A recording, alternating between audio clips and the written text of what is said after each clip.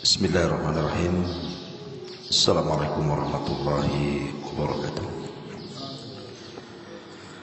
Alhamdulillah wassalatu wassalamu ala Rasulillah wa ala alihi wa sahbihi wa mawalah wa la hawla wa la quwata illa billahi wa ba'du.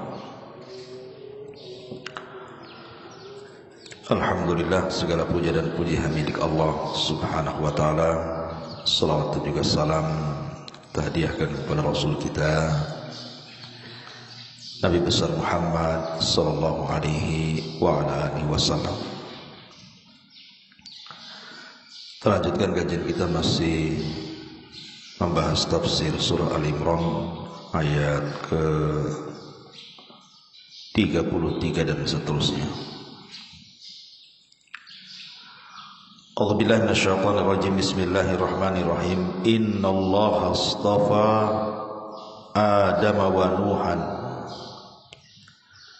wa ala Ibrahim wa ala Imran 'alal 'alamin.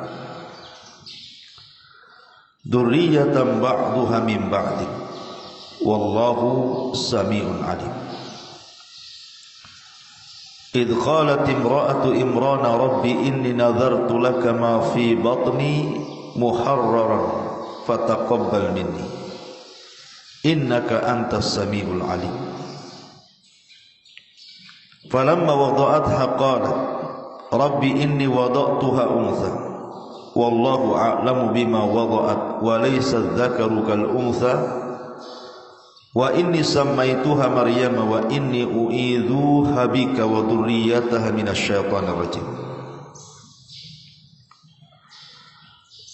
Sesungguhnya Allah Subhanahu wa taala telah memilih Adam dan juga Nuh dan keluarga Ibrahim dan keluarga Imran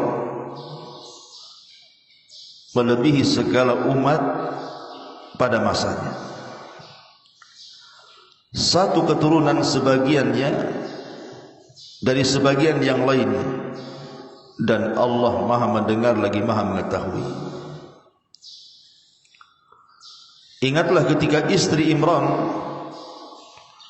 berdoa, ya Rabbku, sesungguhnya aku benar-benar bernazar kepadamu agar janin yang dalam kandunganku menjadi hamba pengabdi bagi dirimu, maka terimalah nazarku ini. Sungguh engkau zat yang maha mendengar lagi maha mengetahui. Maka ketika dia melahirkannya, dia berkata, ya Rabb, sesungguhnya aku telah melahirkan anak perempuan, padahal Allah lebih tahu apa yang dilahirkannya. Dan laki-laki tidak sama dengan perempuan. Dan aku memberi nama Maryam, dan aku memohon perlindungan kepadanya, dan aku memohon perlindungan untuknya kepadamu dan untuk anak cucunya dari gangguan-gangguan syaitan yang terkutuk. Baik. Surah Al-Imran ayat 33 dan seterusnya. Ini berbicara tentang satu kisah yang sangat bagus sekali. Kisah keluarga Imran. Di mana Allah Subhanahu wa taala di sini mengatakan innallaha astafa Adam wa Nuhan. Sesungguhnya Allah telah memilih Adam dan Nuh serta keluarga Ibrahim dan keluarga Imran. Di sini Allah memilih Adam dan Nuh, tidak menyebut keluarga. Tetapi ketika menyebut Ibrahim dan Imran, Allah sebut keluarga. Jadi dua individu dan dua keluarga. Apa alasan Allah Subhanahu wa taala memilih dua individu dan dua keluarga ini? Pertama, Adam alaihi salam. Karena Adam adalah Abul Bashar, dia adalah bapak kita semuanya. Allah lebihkan oleh Allah Subhanahu wa taala karena Allah yang menciptakan langsung Adam dengan kedua tangannya. Kemudian Allah Subhanahu wa taala buat seluruh malaikat sujud kepada Adam. Dan Allah ajarkan pengetahuan-pengetahuan yang tidak Allah ajarkan kepada makhluk yang lainnya. Dan dari Adamlah keturunan manusia dilahirkan. Itulah Adam alaihi salam, Abul Bashar. Kemudian wa Nuhan, dan juga Nuh juga sama, dia adalah bapa manusia. Maksudnya bapa manusia kedua setelah Adam alaihi salatu wassalam. Karena manusia sampai hari ini itu kalau diurut nasabnya sampai kepada Nuh alaihi salatu wassalam. Karena saat Allah Subhanahu wa taala mengiring tufan dan mengadab kaumnya, tidak ada satu jiwa yang hidup di muka bumi kecuali yang di perahu Nuh saja. Dan di situ terdapat putra-putra yang dari putra-putra Nuh itu semua manusia keturunan mereka. Pertama Ham, kemudian Syam, kemudian Yafis. Tiga-tiganya putra Nuh alaihi salatu wassalam. Makanya Nuh adalah Abul Bashar Ats-Tsani, bapak manusia kedua. Dan dia juga Rasul pertama yang diutus oleh Allah Subhanahu wa ta'ala. Baru kemudian Allah sebut dua keluarga. Pertama keluarga Ibrahim, karena keluarga Ibrahim ini keluarga mulia. Dari Hajar lahirlah Ismail, yang kelak keturunannya akan menjadi akhirul anbiya'i wal mursalin, penutup para nabi dan rasul kita Muhammad sallallahu alaihi wasallam.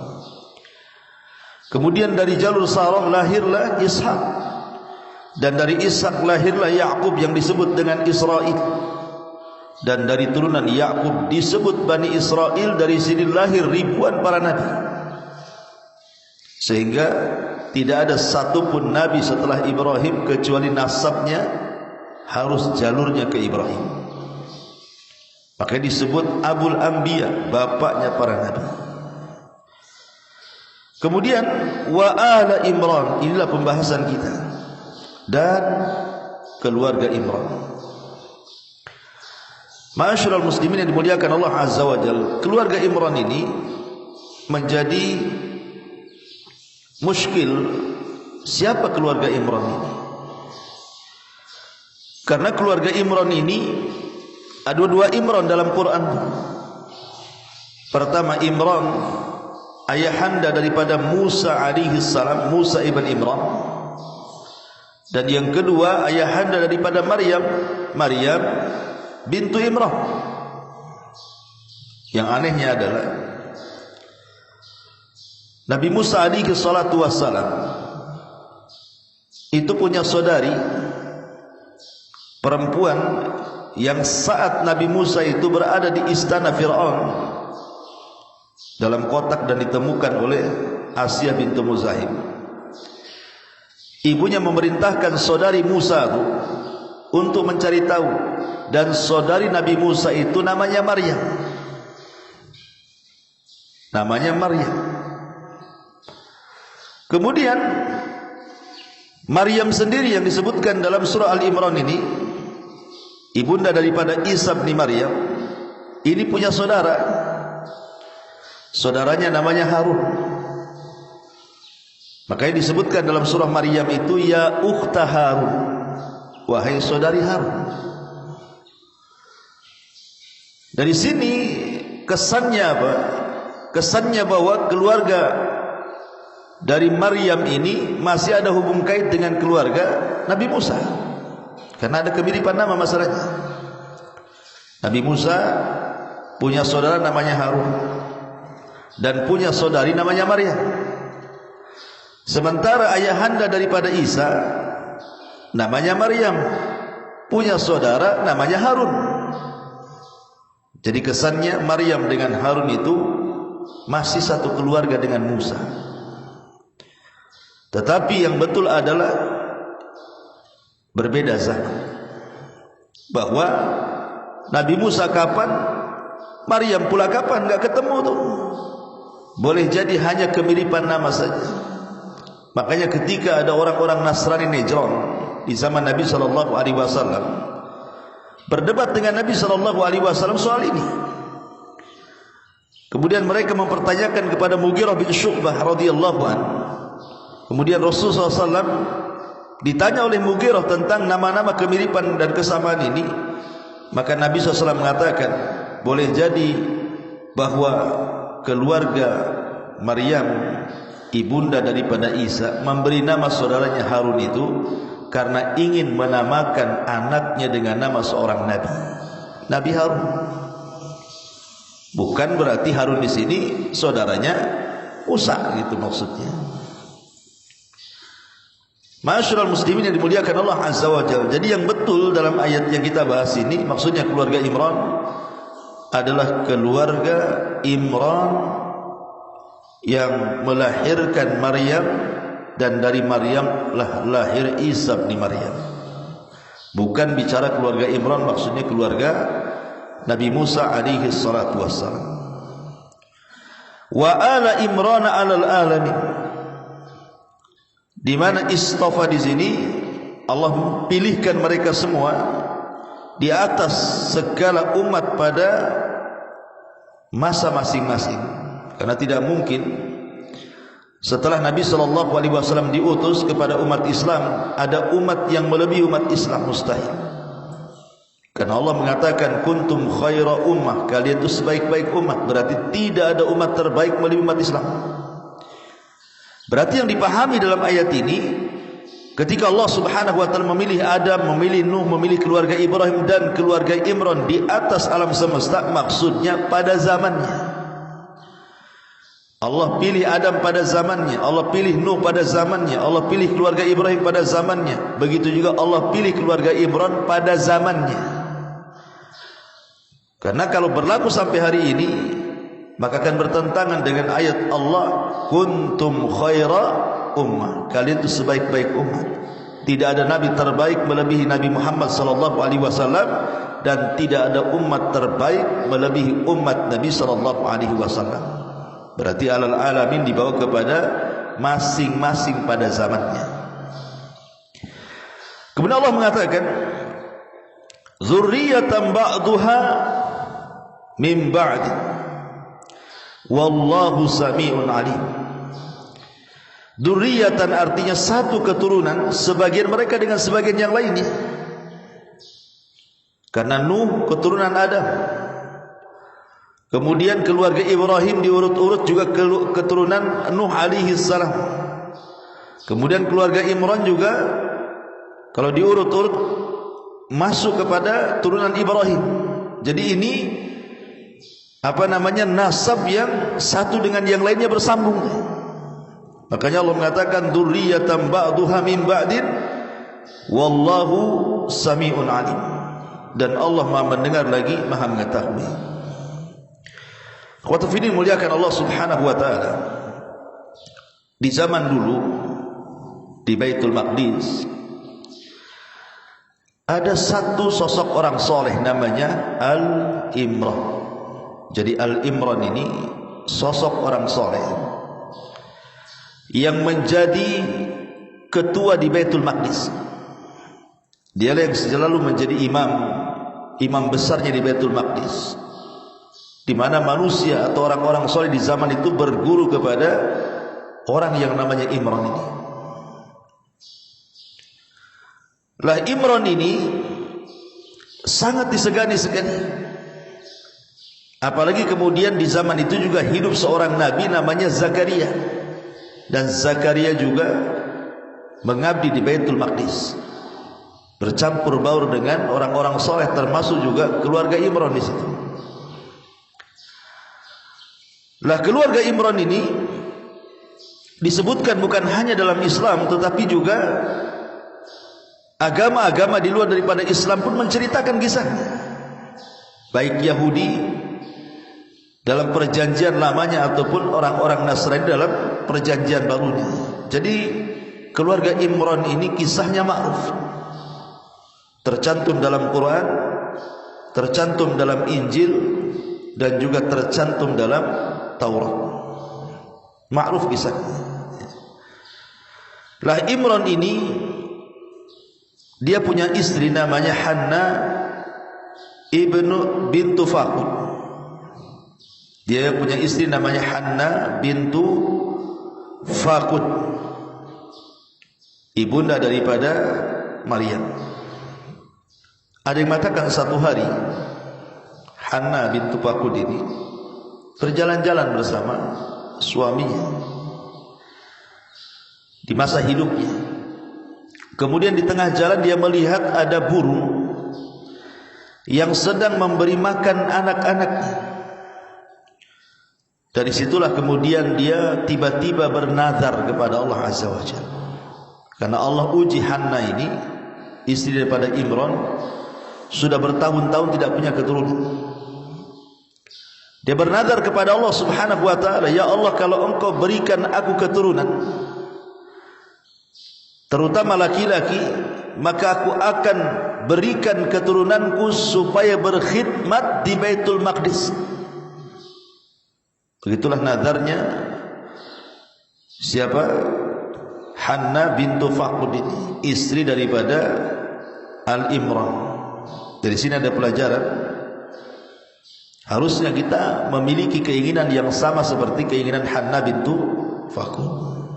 Kalau saya punya anak, saya ingin anak saya jadi anak yang soleh, gitu ya. Anak yang soleha, menjadi ustadz, menjadi imam masjid, menjadi pendakwah, dan begitu seterusnya. Seperti di sini Hanna ibn Faqud, kalau punya anak, saya ingin menjadi anak saya ini pengkhidmat Baitul Maqdis. Tetapi Allah Subhanahu wa taala takdirkan Hanna ini hamil. Masalahnya keinginannya tidak sebagaimana keinginan Allah. Maunya dia punya anak laki-laki supaya lebih bebas, kan begitu, anak laki-laki itu. Rupanya Allah takdirkan anak yang dikandungnya pula anak perempuan. Makanya kisah tentang keluarga Imran ini dimulai. Idz qalat imra'atu Imran rabbi inni nazartu laka ma fi batni muharraran fataqabbal minni innaka antas samiul alim.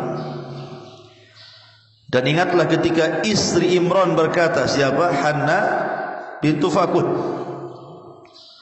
ya Tuhanku, sesungguhnya aku bernazar kepada. Nazar itu artinya dalam Islam mewajibkan sesuatu yang bukan wajib, itu namanya nazar.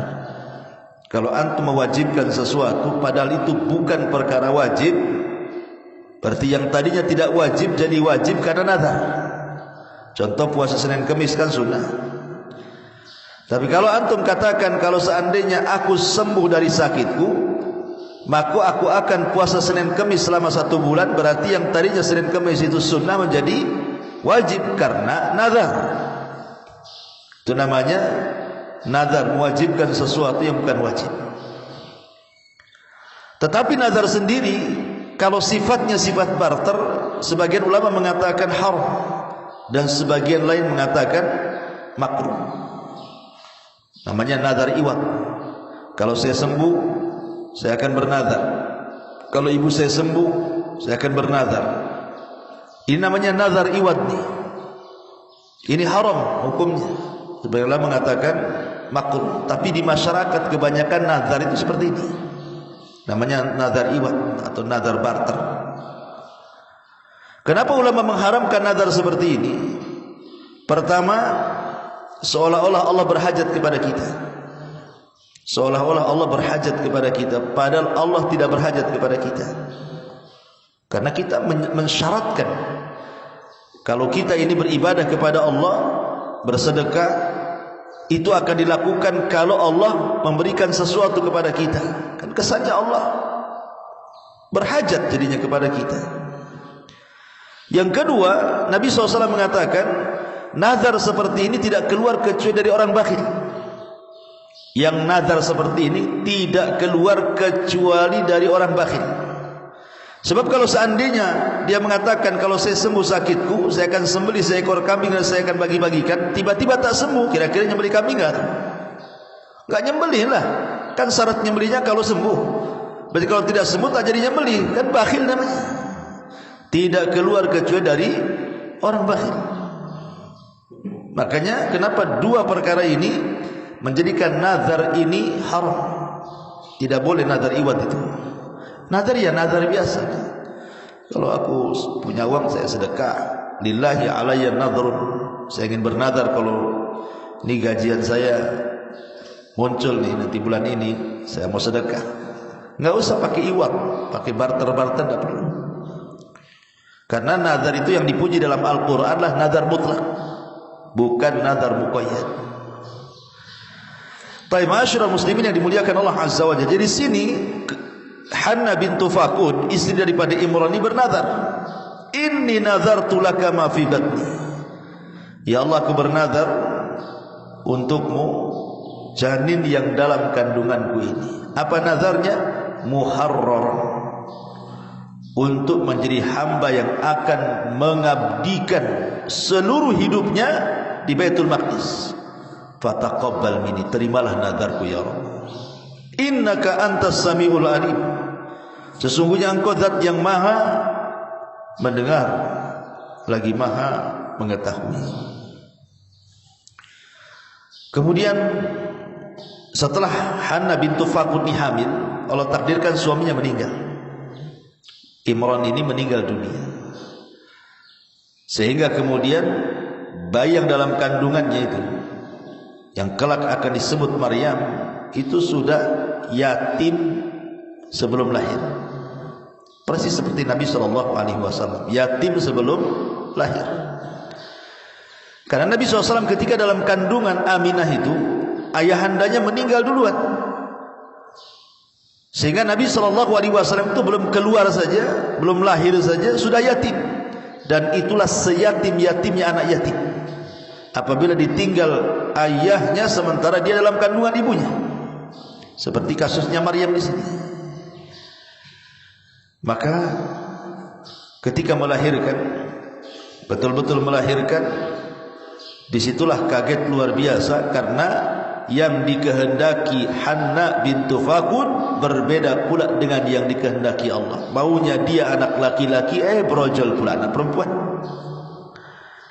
Makanya dia mengatakan, falamma wada'atha qalat rabbi inni wada'tuha untha. Ketika dia melahirkan, maksudnya Hanna bintu Fakun, dia berkata, ya Rabb, sesungguhnya aku melahirkan anak perempuan. Ini gimana ini? Seolah-olah dia mengatakan, ya Rabb, maafkan aku, sebenarnya keinginanku anak perempuan, anak laki-laki, kenapa pula kemudian yang keluar anak perempuan ini? Jadi seolah-olah dia meminta maaf kepada Allah Azza wa Jalla. Samihni ya Rabb, maafkan aku ya Rabb, aku ingin anak laki-laki supaya bisa mengabdi Baitul Maqdis, tapi pula yang keluar anak perempuan, macam mana pula akan begitu? Tetapi Allah mengatakan, wallahu a'lam bima wada'at. Kalimat ini ada yang mengatakan bahwa ini adalah firman Allah yang masuk di sela-sela ucapan Maryam. Tapi juga ada yang mengatakan bahwa ini semua adalah perkataan Maryam yang perkataan Hanna bintu Fakun, istri daripada Imran, di mana sebagian qiraah yang dibaca Nabi itu bukan bima wada'at, tapi bima wada'tu. Ada dua qiraah di sini. Kalau bacaannya wallahu a'lamu bima wada'tu, berarti kalimat ini masih kalimat Hanna bintu Fakun, istri daripada Imran. Tetapi kalau bacaannya wallahu a'lamu bima wada'at, berarti di sini kalam Allah yang diletakkan di sela-sela ucapan Hanna bintu Fakun. Dan dua-duanya qiraah benar. Rasul kadang membaca wallahu a'lamu bima wada'at atau wallahu a'lamu bima wada'tu. Dua-duanya benar. Ya. Jadi kalau seandainya kita baca wallahu a'lamu bima wada'at sebagaimana ma'ruf dalam mushaf, berarti ini ucapan Allah yang diletakkan di sela-sela ucapan Hanna bintu Fakun. Jadi maknanya ketika Hanna bintu Faqud ini seolah-olah menyesali kelahiran bayinya, karena yang ia kehendaki anak laki-laki, keluar pula anak perempuan. Seolah dia mengatakan, ya Allah maafkan aku ya Allah, aku ini sebenarnya ingin anak laki-laki tapi keluar pula anak perempuan. Maka Allah mengatakan, wallahu a'lamu bima wada'at. Tidak ada masalah wahai Hanna, Allah lebih tahu apa yang dilahirkan. Apa yang dilahirkan kamu Allah lebih tahu.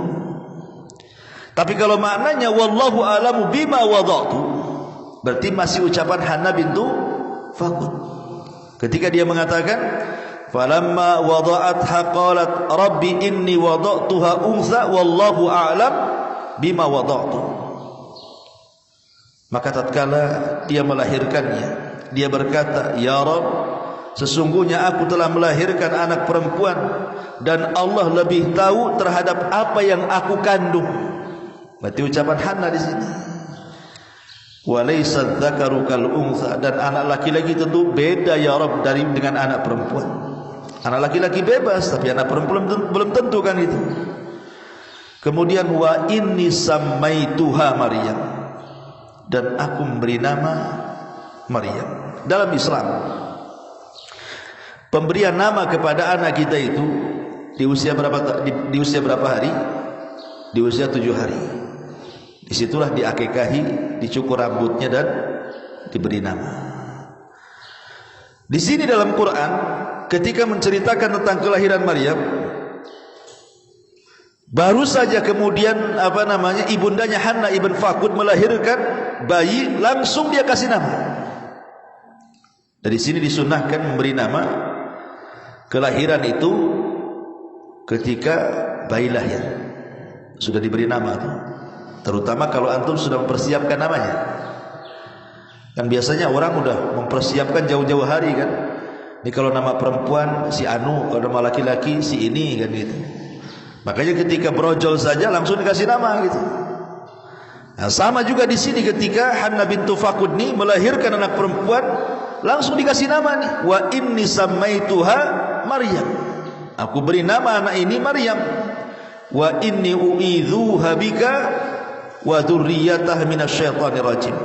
Dan aku memohon perlindungan untuknya kepadamu ya Rabb, dan juga untuk anak cucunya dari gangguan syaitan yang terkutuk. Dalam sebuah hadis, semua bayi yang lahir itu ditusuk lambung kanannya.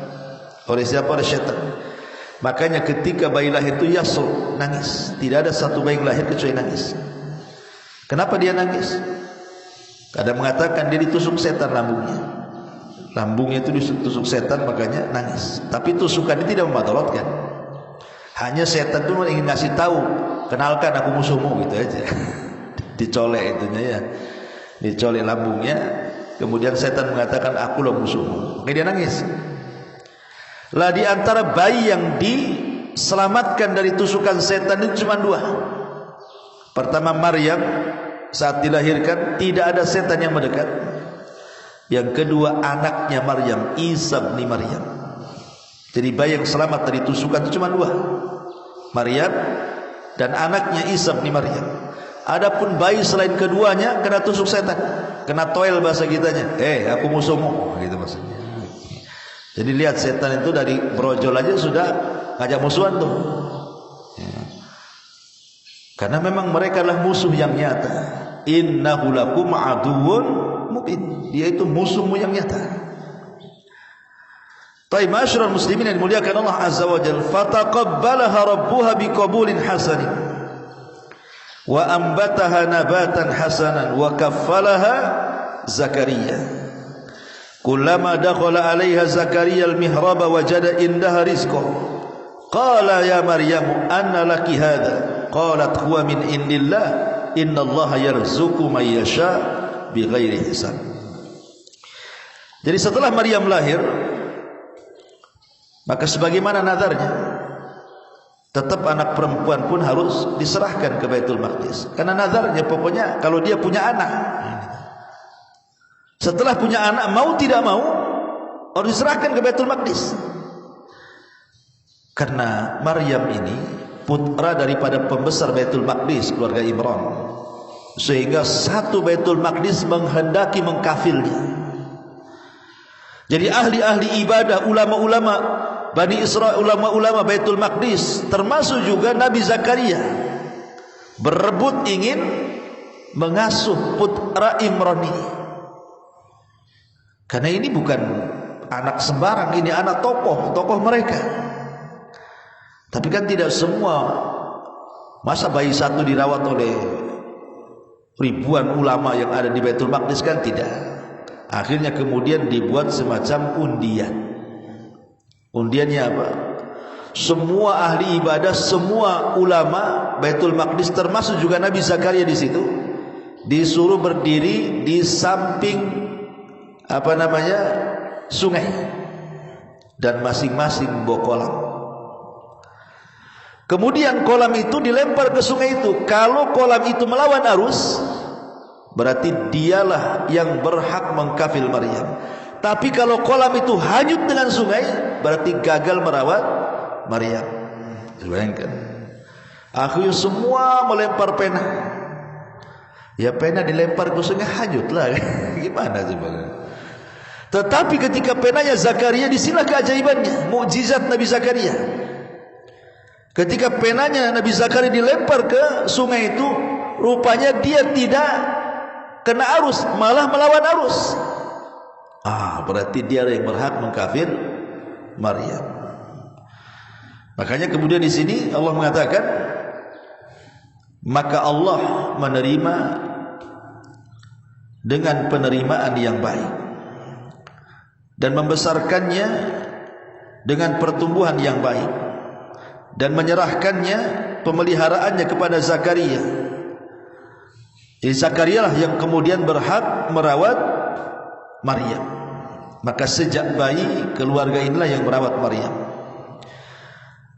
Kemudian Maryam ini selalu diletakkan di mihrab, diajari ibadah. Pokoknya diajari ibadah terus dalam Baitul Maqdis itu, sampai dibuatkan mihrab. Mihrab itu tempat khusus di dalam Baitul Maqdis, kayak kita ini kayak kamar gini kan. Biar dia tidak keluar dari Baitul Maqdis dan beribadah terus kepada Allah Azza wa Jalla. Masalahnya setelah kemudian Maryam ini mandiri, dewasa, makin taat ibadah kepada Allah Azza wa Jalla, datang karomah kepada Maryam ini. Apa karomahnya?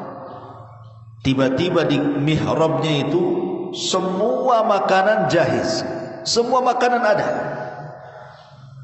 Siapa yang mengantarkan makanan ini tidak tahu, pokoknya sudah ada aja. Padahal tidak ada orang ngantar makanan. Kalau ada orang ngantar makanan, jelas si anu yang ngantar. Ini yang ngantar gak jelas, tahu-tahu ada makanan. Berarti makanan ini karomah, datang dari Allah Azza wa Jalla. Makanya Zakaria heran. Setiap Zakaria masuk ke dalam mihrab, banyak makanan, terutama buah-buahan. Yang lebih aneh lagi, buah-buahan di musim panas ada pula di musim dingin, buah-buahan di musim dingin ada pula di musim panas. Makanya Allah katakan, kullama dakhala 'alaiha Zakaria al-mihrab, setiap kali Zakaria masuk ke dalam mihrab, wajada indaha rizqa, dia mendapatkan di sisi Maryam itu banyak makanan. Sehingga Zakaria heran, dia tak pernah mengantar makanan, dan yang lain pun tidak ada yang berani mengantar makanan. Maka Zakaria bertanya, qala ya Maryam, anna laki hadha? Maryam, kau dapat makanan banyak dari mana nih? Siapa yang ngantar? Qalat, maka Maryam mengatakan, huwa min indillah, ini semua datang dari Allah. Innallaha yarzuqu man yasha bighairi hisab. Karena Allah memberikan rizki kepada siapa yang dikehendaki tanpa ada perhitungan. Ini namanya karomah, keanehan. Karena keanehan dalam dunia ini ada berapa macam? Ada 6 macam ya. 1, mukjizat, atau yang disebut dengan irhasat dulu. Irhasat ini keanehan, biasanya diberikan kepada seorang nabi sebelum diangkat jadi nabi. Kemudian yang kedua, mukjizat. Mukjizat ini keanehan yang diberikan kepada nabi atau para nabi setelah diangkat menjadi nabi. Kemudian yang ketiga disebut karamah, dan itu diberikan kepada wali-wali Allah Azza wa Jalla. Kemudian yang keempat namanya maunah, diberikan kepada orang-orang soleh. Walaupun mereka bukan ulama, tapi orang baik, orang soleh gitu ya. Kemudian yang kelima disebut al-ihana. Ihana itu menghinakan, keanehan tetapi dalam rangka menghinakan. Seperti kasus orang yang buta sebelah di zaman Musailamah al-Kadzab, si nabi palsu. Dia datang kepada Musailamah minta disembuhkan satunya supaya bisa melihat dua-duanya. Diludahi sama Musailamah, buta dua-duanya. Jadi bukan sembuh, malah buta dua-duanya. Ini kan ihanah namanya, menghinakan bahwa Musailamah itu bukan nabi, tapi nabi palsu ya. Kemudian yang terakhir namanya sihir. Dan sihir itu ya keanehan yang ditimbulkan para dukun, para bomo dan begitu seterusnya. Inilah 6 keanehan. Lah salah satu keanehan itu namanya karomah. Lah Maryam ini termasuk wanita dari wali-wali Allah. Lah salah satu karomahnya adalah enggak masak, enggak belanja, enggak apa-apa, tahu-tahu udah makan, ada makanan banyak kan enak tuh kayak gitu tuh ya. Karena Maryam itu tidak pernah keluar dari mihrabnya, betul-betul beribadah kepada Allah Azza wa Jalla. Ma'asyiral muslimin yang dimuliakan Allah Subhanahu wa taala, lah ketika kemudian Zakaria ini melihat keanehan yang tidak pernah dilihat sebelumnya. Kok ada buah-buahan harusnya di musim dingin, kok ada pula di musim panas? Pada buah-buahan ini enggak susah dicari kecuali di musim dingin. Ini musim panas kenapa ada pula? Atau sebaliknya. Jadi Zakaria terpikir di situ. Kalau Allah mampu mengadakan buah-buahan musim dingin di musim panas atau sebaliknya, bukan mustahil Allah pun akan memberikan keturunan kepada aku, katanya. Karena Zakaria itu diuji oleh Allah, tidak punya keturunan lama, ya udah tua-tua, istrinya sudah diponis mandul, dia pun sudah tua renta. Tapi dengan kejadian seperti itu dia ingin niru Maryam. Dari situ Zakaria pun buat mihrab juga kayak Maryam tuh, ibadah terus seperti Maryam bintu Imran ini, ingin meniru supaya dapat keanehan. Subhanallah. Dengan cara itu Allah kabulkan keinginan Zakaria. Hunalika da'a Zakaria rabbahu qala rabbi habli min ladunka dzurriyyatan thayyibatan innaka sami'ud du'a. Di sanalah Zakaria berdoa dalam mihrab itu kepada Tuhannya. Ia berkata, ya Rabb, berilah kepadaku dari sisimu keturunan yang baik, sesungguhnya Engkau Maha mendengar doa. Tiba-tiba Allah katakan, fanadathul malaikatu wa huwa qa'imun yusalli fil mihrab. Kemudian para malaikat datang memanggil-manggil Zakaria ketika Zakaria sedang berdiri di dalam mihrabnya melaksanakan salat. Apa kabar gembiranya? Annallaha yubashshiruka bi Yahya musaddiqan bi kalimatin minallahi wa sayyidan wa hasuran wa nabiyyan minas salihin. Sesungguhnya Allah memberikan kabar gembira kepadamu dengan kelahiran Yahya. Antar lagi kau ada punya anak nih namanya Yahya. Dan ingat, ketika itu tidak ada orang namanya Yahya. Inilah satu-satunya nama yang diberikan oleh Allah Azza wa Jalla kepada putra Zakaria, namanya Yahya. Tidak ada orang namanya Yahya. Kalau sekarang banyaklah Pak Yahya. Mana rumah Pak Yahya? Tuh sana. Pak Yahya yang mana? Pak Yahya Telkom kah? Pak Yahya Indosat kah? Pak Yahya mana? Pak Yahya Pemko tuh kan banyak gitu. Dulu nggak ada, cuma satu aja yang namanya Yahya, itu ya anaknya Zakaria. Musaddiqan bi kalimatin minallahi wa sayyidan wa hasura wa nabiyyan minas salihin. Dengan kelahiran Yahya ini, sebuah firman Allah atau kalimat yang datang dari Allah, dan kelak dia akan jadi sayyidan, jadi pemimpin, jadi panutan, wa hasuran, dan berkemampuan menahan diri. Ada yang mengatakan bahwa Yahya ini anin atau inin. Ini enggak benar kisahnya. Kan Nabi Yahya itu sudah suka perempuan, sehingga orang berdua jangan-jangan dia impoten gitu. Ini enggak benar, masa Nabi pula disifati dengan sifat yang enggak ya. Bukan, Nabi Yahya tidak impoten. Nabi Yahya itu memang dia menjaga diri, tidak mau melihat wanita, tidak mau memandang wanita. Makanya kemudian ada seorang wanita pelacur suka dengan dia, dan wanita ini anak daripada seorang raja, suka dengan Yahya, tapi ditolak oleh Nabi Yahya. Sejak itulah dia gerah, dendam. Akhirnya kemudian dia merencanakan pembunuhan. Jadi dia itu adalah hasuran, orangnya bisa menahan diri. Wa nabiyan, dan juga akan menjadi seorang nabi.